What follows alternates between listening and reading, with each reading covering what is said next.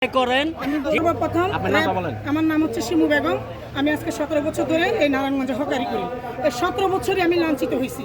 সর্বপ্রথম র্যাবের যখন যেটা 11 হয়েছে ওইখানে আমি এই 15,000 টাকা দিয়ে বসছি। ওনাকে আমি চিনি না জানি না, তখন প্রথম আমি নারায়ণগঞ্জে প্রথম আসছি। তারপরে ওখানে র্যাবদের গেট হয়ে গেলো, আমার মাল আমার সব উঠাই দিল। তারপর আমি পোস্ট অফিসের ওখানে বসছি, তখনও কিছু লোকজন আসছে, তাদেরকে আমি 60,000 টাকা দিছি।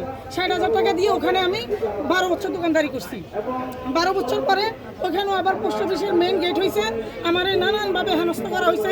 পোস্ট অফিসের ভিতর থেকেও টাকা দাও, বসতে দিমু, টাকা না দিলে আমার গাড়ি সরাই দিত, আমার গাড়ি উঠাই দিত, হাতে পায়ে ধরতাম, কানতাম।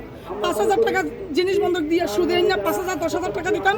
পোস্ট অফিসের ভিতরের উপর লেভেলের লোক, নিচের লোকগুলি না, উপর লেভেলের লোকগুলা 5,000 10,000 টাকা না দিলে আমার বসতে দিত, আমার গাড়ি ওখানে থাকতো, না হলে আমার মাল আমার সব ফেলাই দিত। আমি লেডিস আইটেম বিক্রি করি, ঠিক আছে। তারপর ওখান থেকে আমার উঠাই দিল। উঠাই দেওয়ার পরে গত কোরবানির পর আমি এই যে গ্রিনিজ ব্যাংকের মোড়ে আসি। আমি তো কিছু বুঝি না, মহিলা মানুষ। পরে 4-5 জন লোক বললো কি এই লোকটার এই জায়গাটা তার, আপনি এখানে বসেন। কীভাবে বসতে হইব? 50,000 টাকা দেন। আমি বললাম আমি যে 50,000 টাকা দিব, আমি তো গরিব মানুষ, আমার কাছে টাকা নেই।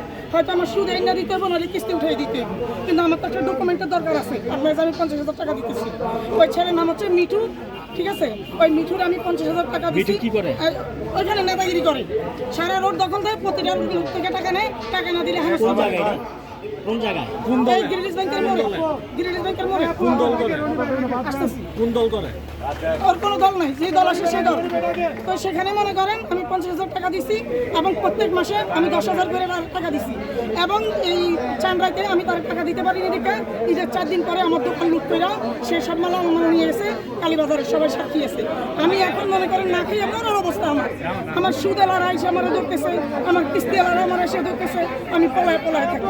এখন মিঠু কার লোক? মিঠু মূলত মিঠু বাজারের মিঠু, জি বাজারের মিঠু না, কালীবাজারের মিঠু।